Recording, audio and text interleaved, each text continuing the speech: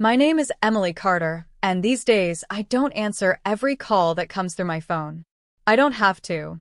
This morning, sunlight spilled through the wide glass windows of my corner office, bouncing off the steel towers across downtown Chicago. The hum of the city felt far away, muffled by the thick glass, while the soft rustle of my silk blouse reminded me I had chosen strength in subtle details today. A muted shade of rose lipstick, pearl studs in my ears, and heels that clicked with quiet authority. On my desk sat a neatly stacked agenda, but what caught my eye wasn't the paperwork. It was the notification flashing on my phone. A scheduled meeting. My secretary, Lauren, had penciled it in for me. The name made me pause. David Miller. Years ago, I used to dial his number, waiting breathlessly for him to pick up. Sometimes it rang until the line went dead, other times it went straight to voicemail. My voice was something he never cared to hear. And now, he couldn't even reach me without going through Lauren first. I let the thought linger, a quiet smile tugging at the corner of my lips. Funny how life turns. Funny how the calls you once prayed would be answered become the ones you let your secretary arrange. I straightened my blazer, inhaled the scent of fresh coffee, and prepared myself. Because today, the past was coming back into my office. I was 22 the last time I called David Miller. Back then, I wasn't sitting in a glass tower above Chicago. I was in a cramped apartment with peeling paint and a single lamp flickering like it might give up on me too. My hands shook as I held the phone, knuckles white against the cheap plastic. I had just lost my job at a local diner, my third in 6 months, and rent was looming like a storm I couldn't outrun. David wasn't just someone I liked. He was supposed to be the one person who believed in me. He promised he'd always be there. But that night, when I dialed, the phone rang 5 times before sliding into silence. I tried again. Straight to voicemail. I left a message anyway, my voice trembling, trying to sound steady. Hey, it's me. I just need someone to talk to. Can you call me back? He never did. That silence carved something into me. Not just the rejection, but the way it made me feel invisible. Like my words, my existence, didn't carry enough weight to be worth a reply. I remember dropping onto the edge of my bed, tears blurring the cheap floral print of the comforter. My grandmother's silver bracelet slipped down my wrist, catching the dim light. She had given it to me the summer before she passed, whispering as she fastened it, "Emily, don't beg for doors to open. Build your own." Her words burned in my chest that night. For the first time, I understood them. I sat there until the tears dried, until the anger turned into something else. A vow. If no one picked up my calls, I'd stop dialing. I'd stop begging for scraps of attention. That night, I made a decision. I was going to build something no one could ignore. I didn't know how yet. I had no roadmap, no degree worth boasting about, no money. Just a bracelet on my wrist, a fire in my gut, and the bitter taste of rejection I swore I'd never feel again. I powered off my phone, placed it face down, and let the silence settle. From that moment on, my future wasn't in someone else's hands. It was in mine. The first step of rebuilding wasn't glamorous. I started with what I had: determination, a beat-up laptop that overheated after 20 minutes, and the tiny spark of my grandmother's words echoing inside me. By day, I took whatever odd jobs I could find: cashier shifts, babysitting, answering phones in cramped offices. By night, I sat cross-legged on the floor, teaching myself skills from free courses and shaky YouTube tutorials. I typed until my fingers cramped, until my eyes burned from the glow of the screen. There were nights I whispered to myself, "Keep going, Emily. Just keep going." One of those nights, I stumbled onto freelance marketing work, helping small businesses get noticed online. It wasn't much at first, just $20 here and there. But it was something I could own, something that didn't depend on someone else's approval. And then came Claire Thompson, my first real mentor. She was a sharp, confident woman in her 50s, the kind who carried herself like the world owed her nothing, and she owed the world nothing back. She found me through one of those small projects, called me unexpectedly, and said, "You've got potential, Emily. But potential won't pay your bills. Do you want me to show you how to turn this into something bigger?" I said yes. Claire didn't coddle me. She pushed me harder than anyone ever had. She taught me contracts, negotiations, and most importantly, how not to undersell myself. If you don't value your work, no one else will, she reminded me. The grind was brutal. I worked 16-hour days, surviving on coffee and determination. My friends drifted away because I rarely had time to go out. My nails chipped, my clothes wore thin, and sometimes I stared at the ceiling wondering if I was crazy. But then, slowly, the wins started coming. The first big client. The first profitable month. The first email that said, "We'd love to work with you again." Each one lit a new fire inside me. And with every step forward, I became more careful about what I shared. On social media, I kept my life modest, the occasional coffee cup photo, vague posts about working hard. I never posted about clients, never flaunted the checks, never showed the growth. Because deep down, I didn't want David or anyone else from my past to see. Not yet. I wanted my success to be mine. Untainted, protected, private. Years passed like that. Quietly building, quietly growing.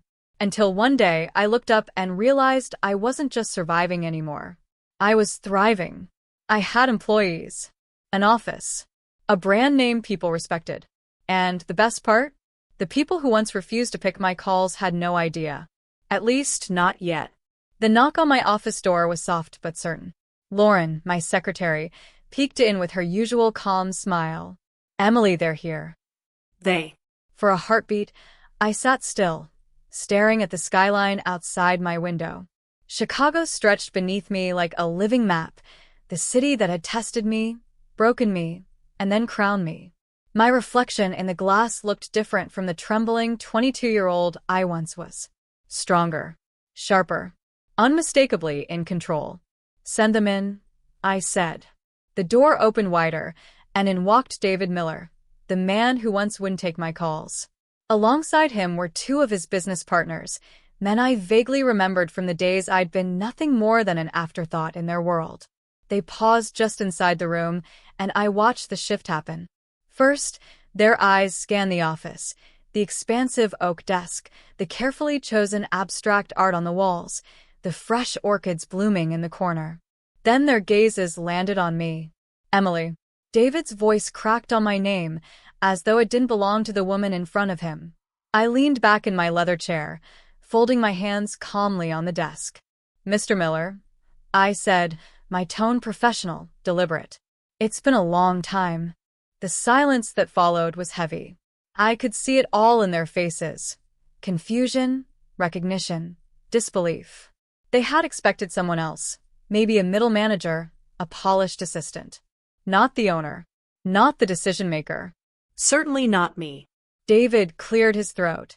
We didn't realize you were the CEO here." "Clearly," I said lightly, letting the irony drip without bitterness. "Most people don't." One of the partners, a man named Greg, shifted uncomfortably. "We thought we were meeting with Carter and Associates head of operations." "You are," I replied, my eyes steady. "Carter. Emily Carter. Founder. CEO. The name on the building out front isn't just branding, it's mine." The words landed like thunder. For a moment, no one spoke. Their eyes darted to each other, then back to me, as though they were waiting for me to laugh and say it was a joke. But I didn't. I simply let them sit with the truth. I could feel David squirming under my gaze. I remembered that silence years ago, the unanswered calls, the way he'd made me feel small. And now, here he was, not because he wanted to, but because he needed to. "You've built quite an empire here," David finally said, his voice tight with something between awe and shame. "Yes," I replied evenly. "And unlike some people, I don't ignore calls. I just have them scheduled properly." Lauren's voice from earlier echoed in my mind. "They're here." And now, so was justice. The meeting that followed was strictly business. I made sure of it.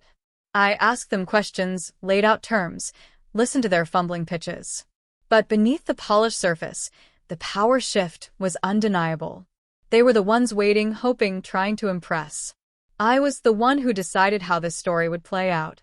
As they left my office, David lingered by the door, his eyes searching mine for something, recognition, forgiveness, maybe even a lifeline. I gave him none, because this wasn't about him anymore. This was about me. About the girl who once cried into her grandmother's bracelet, and the woman who now sat in a skyscraper office, untouchable. The following week, David and his partners returned to finalize the deal. But this time, I was ready with my own conditions. They sat across from me at the long glass table in the conference room.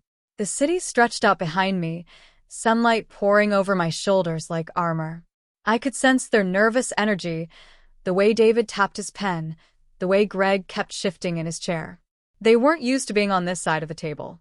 I folded my hands. Before we move forward, I need to be clear. I don't enter partnerships lightly. There are conditions.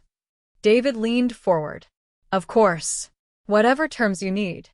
The irony of his words wasn't lost on me. Years ago, I would have begged for scraps of his time.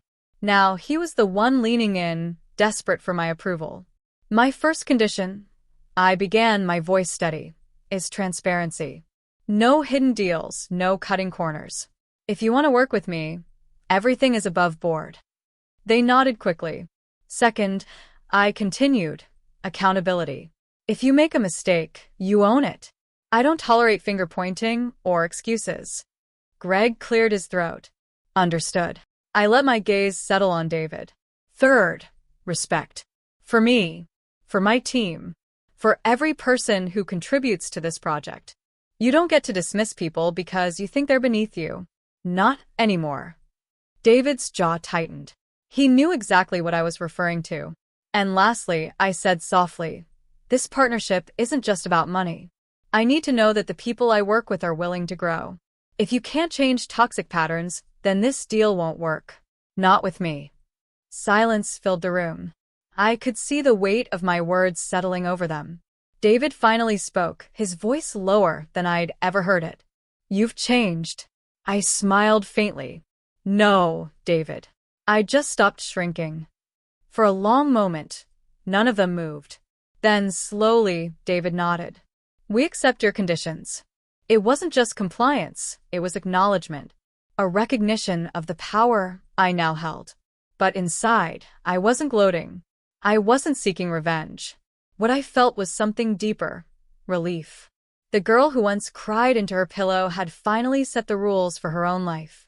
I signed the contract with a steady hand, slid it across the table, and stood. Welcome to Carter and Associates. Don't disappoint me. They left the room quieter than they had entered. And as the door shut behind them, I let out a long breath I hadn't realized I was holding. This wasn't about putting them in their place. It was about putting myself in mine. In the days that followed, something shifted. David and his partners kept their word, at least so far. They arrived on time, treated my staff with courtesy, and followed through on their promises. It wasn't perfection, but it was different. Change, even in small doses, was still change. But the real transformation wasn't theirs, it was mine. One evening, after a long day of meetings, I sat alone in my office. The city lights glittered below like fallen stars, the hum of traffic a distant song.